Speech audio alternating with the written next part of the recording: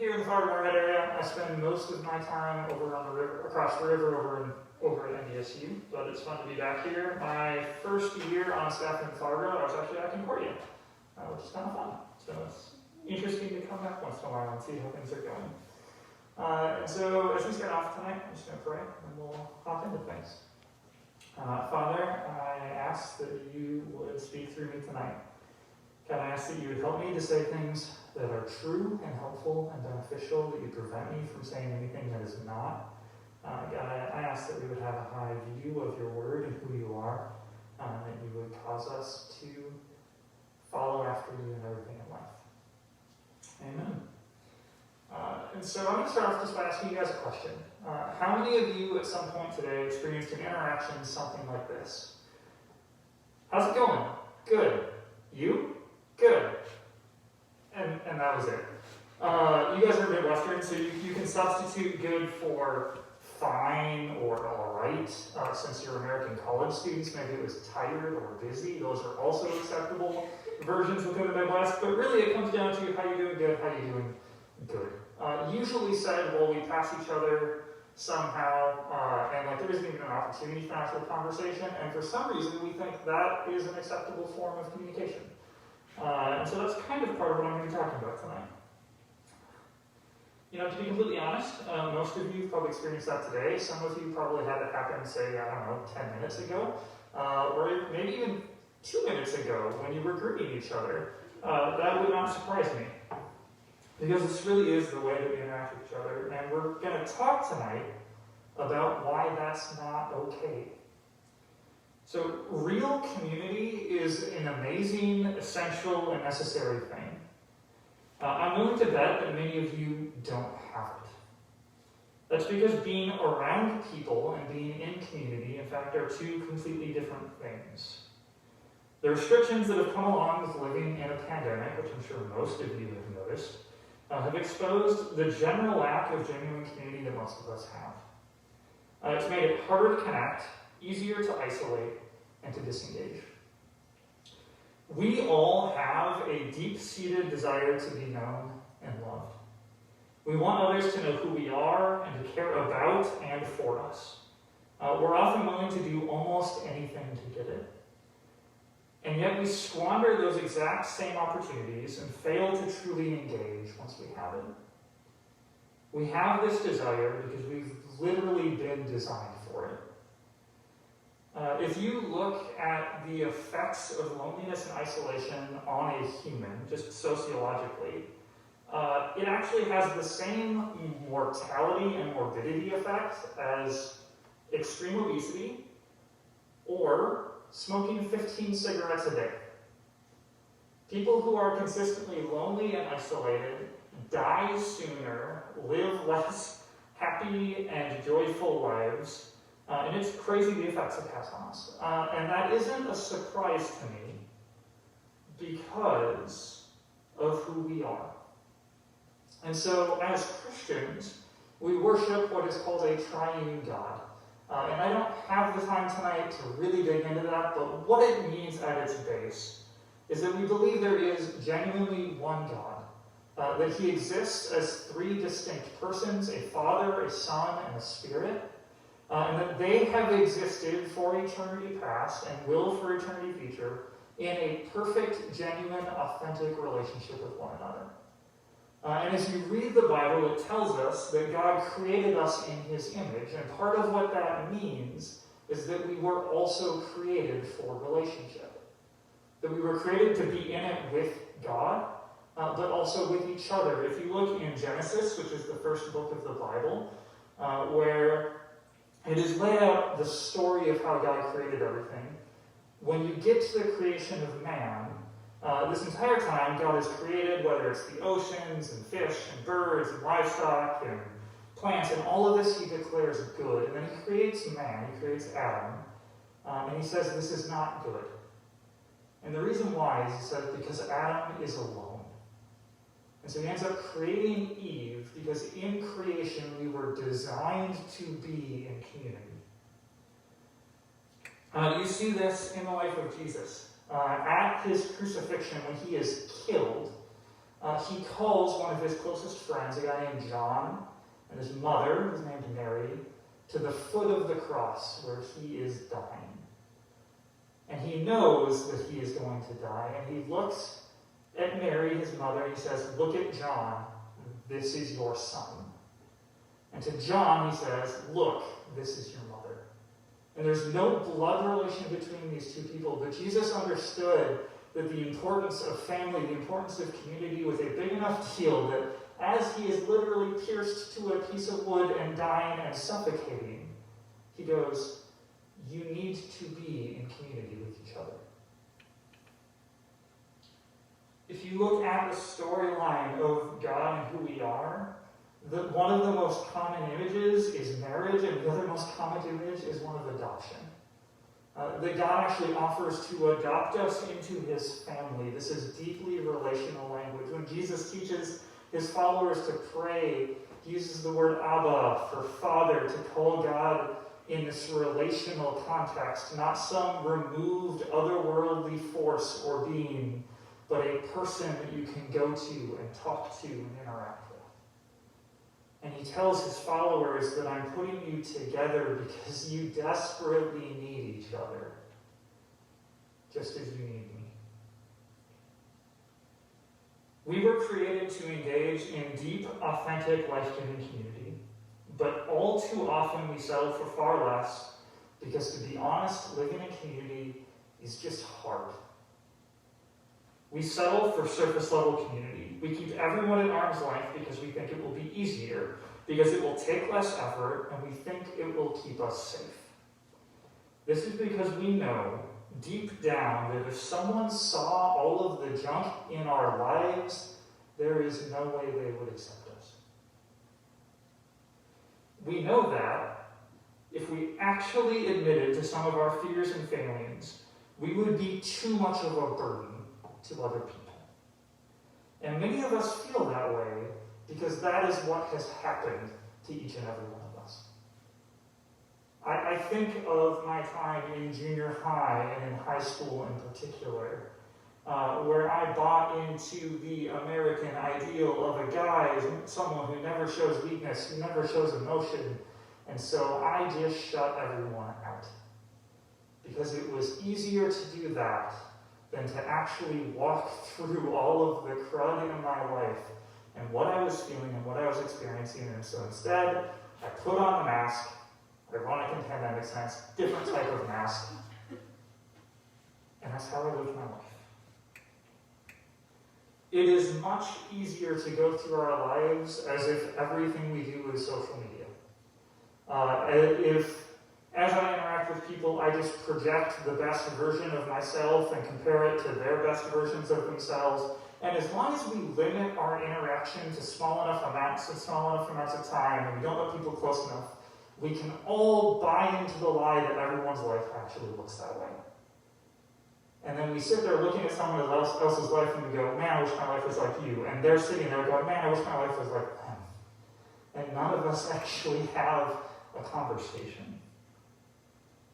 It takes much less effort to disengage. It's really easy. You just don't do anything.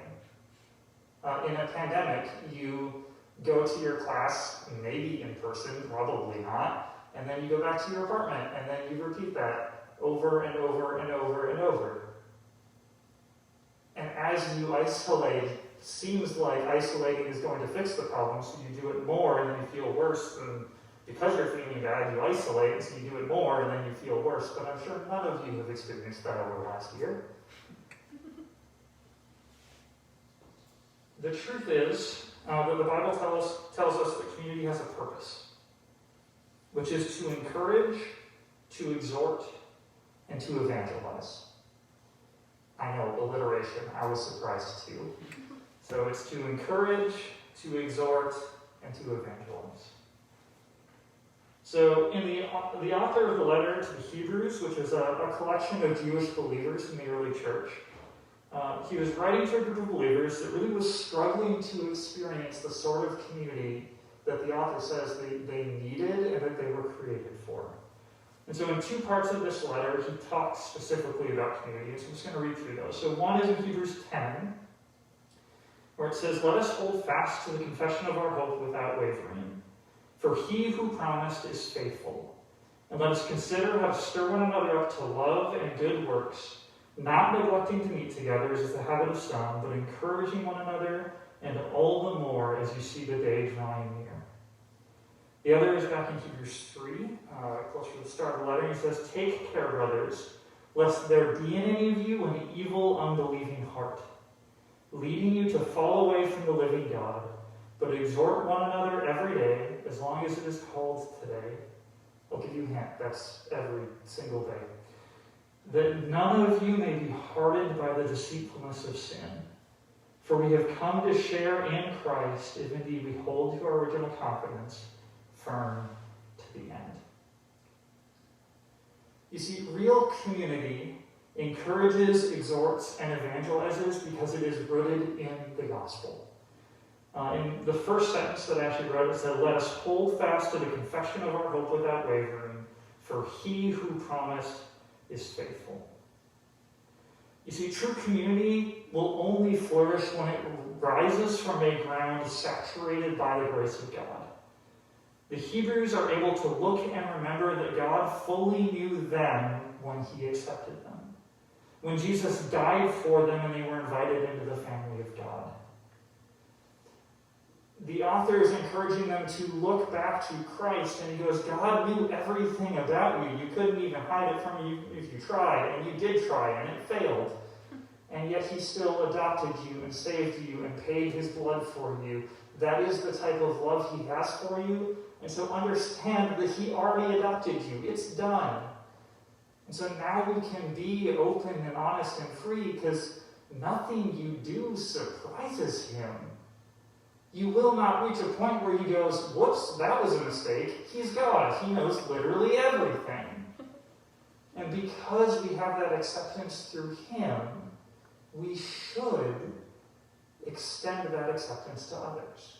And if we are interacting with other believers, we should expect that from them. And we will not do this perfectly, but we can trust in God and who he is for us and allow us to step into vulnerability. John, again, one of Jesus' closest friends, tells us that we love because God first loved us. Understanding that we are fully loved and accepted by God frees us to engage in a real, authentic community with others. Real community is also a place of encouragement. The author of Hebrews mentions this when he says, "We are not to neglect meeting together, as is the habit of some, but to encourage one another, and all the more as you see the day drawing near."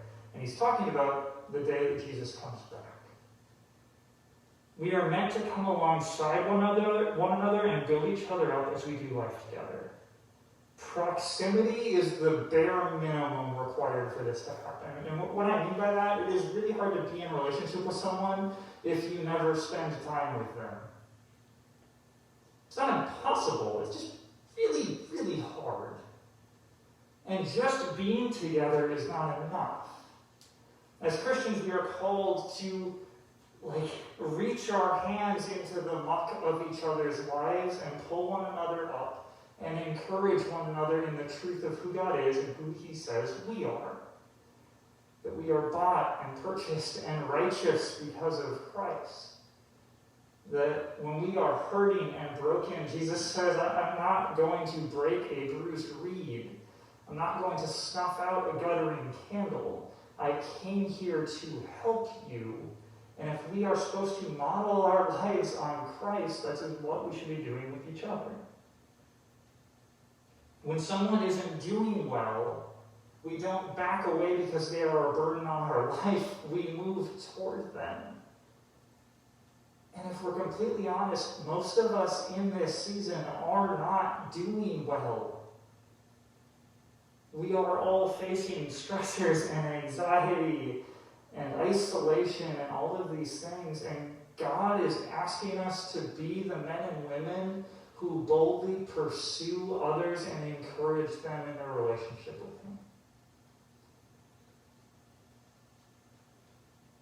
The author of Hebrews also mentions, let us consider how to stir one another up to love and good works. He also said, but exhort one another every day, as long as it's called today, that none of you may be hardened by the deceitfulness of sin. So real community encourages us. It's also meant to exhort us. It's meant to call us up to something more. As believers, part of living in community is calling one another out and calling one another up. So we need to call out sin when we see it in one another's lives, because sin will kill us. We need to call each other up towards something greater. Peter, who is another one of Jesus' closest followers, tells us that God says, you should be holy because I'm holy. So we're supposed to be perfect like he is. I don't know about you guys, I'm nowhere near that yet. But I have also seen repeatedly in my life that when I am surrounded by others who are pursuing God and going after him, my life looks different. Because I have people who see my life and see my sin and can call me out on it when I don't see it. Who don't let me settle for a substandard Christian life. That is a part of living in community. It's not always fun, it's not always easy, but it is integral and important. This isn't about mercilessly pointing out every deficiency you see in your brother and sister. Some of you got really, really excited when I started talking about this. Pull it back a little bit. Exhortation is because sin is deadly and it needs to be taken seriously. It's not settling for your siblings sitting in death. I'll just read the Hebrews 3 passage again because it's scary. Take care, brothers, lest there be in any of you an evil, unbelieving heart, leading you to fall away from the living God. But exhort one another every day, as long as it's called today, that none of you may be hardened by the deceitfulness of sin. For we have come to share in Christ, if indeed we hold our original confidence firm at the end.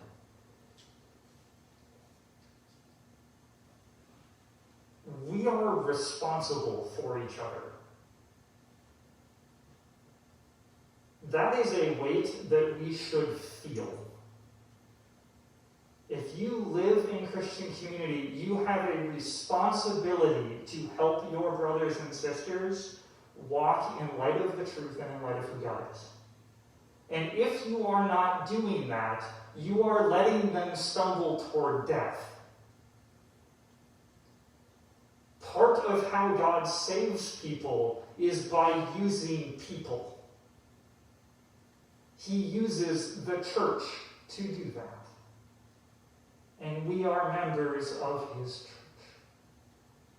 And so I am asking you and pleading with you to take a serious look and interest in the lives of those around you. If you see someone who claims Christ and they continue to persist in sin, you need to call them out lovingly and graciously and pleadingly and probably with tears so they understand how important this is. And understand that if someone is doing that to you, it is because they care about your soul and what unrepentant sin means in your life.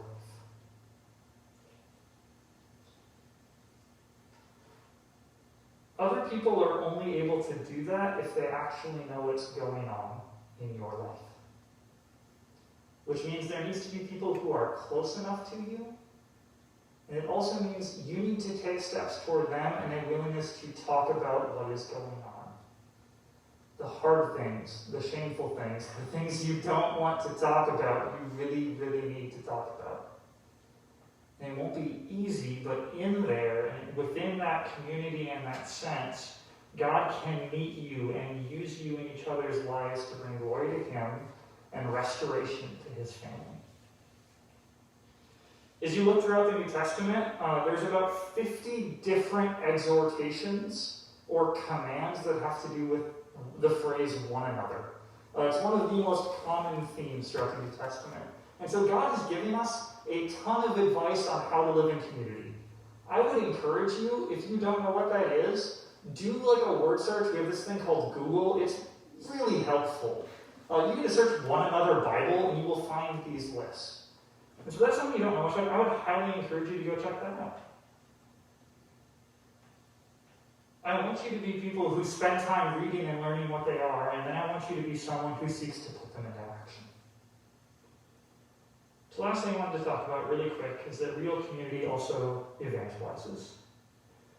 Christian community is not meant to be insular. Community is not the end goal of community. I think that's where a lot of us go wrong.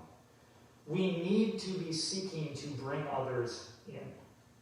That is one of the defining markers of what it means to live in Christian community. Jesus tells his disciples that the world will know that they are his by the way they love each other.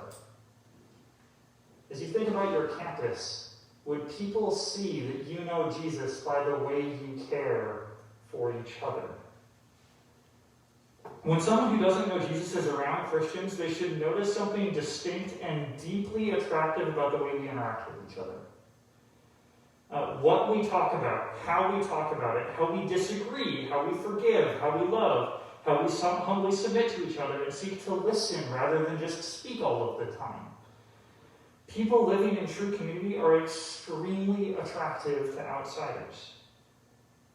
This is probably one of the most powerful ways that we can demonstrate the power of the gospel and its effects, is how we do life with each other. We shouldn't settle for doing community the way the world does. We should be exhorting each other and building one another up so we might be more effective in reaching out with the gospel. I guarantee you that your campus is longing for authentic community, and they would give up nearly anything to get it. There really is no substitute for time. Community takes time and effort, and it is hard, but it is really, really worth it. And so as I try to give you guys just a couple practical next steps, make engaging in real community a priority in your schedule. Like, doubly so because of the pandemic. Yeah, we may not be able to get together physically as easily, but we have video chats, we have calls, we have texting. There's a million different platforms you can do this in, and we can still meet together in person as long as we sit far enough apart. It takes more intentionality. I'll also tell you, the moment you graduate, you will realize how easy community was to do in college versus any other point in your life. Take advantage of that. Don't settle for just being around people. Dig deep. Know other people and what they're, and be willing to be known. Choose to open up and be honest about how you are. Step into the messiness of others. If you just want a really easy thing, when you ask someone how they're doing, wait for an actual answer. When someone asks you how you're doing, give them an actual answer. And it could be, the answer is, I'm doing fine. Cool, great, you don't have to lie about it. And it doesn't mean I have to go into a 20-minute monologue every time someone asks me this question. But I try to make it a practice where when someone asks me this, instead of just defaulting to a thing, which, by the way, I did 5 minutes before I came into this room, so still working on this myself, to pause and actually think, like, how am I actually doing? And give as honest as an answer as is appropriate to the situation. Also, be prepared when you do this for the deer in the headlights look, because people are going to be super confused when you don't just do the immediate response of good or fine or all right. Be prepared for awkwardness. It's a thing. It'll be okay. No one will die. And so I would encourage you, just asking people how they're doing and answering truthfully is one of the easiest things you can do. You'd be surprised by the effect something that simple could have. If you sit down in a class and ask them, how are you doing? Good. Oh, like, what made it good? And just have a conversation. Show that you care.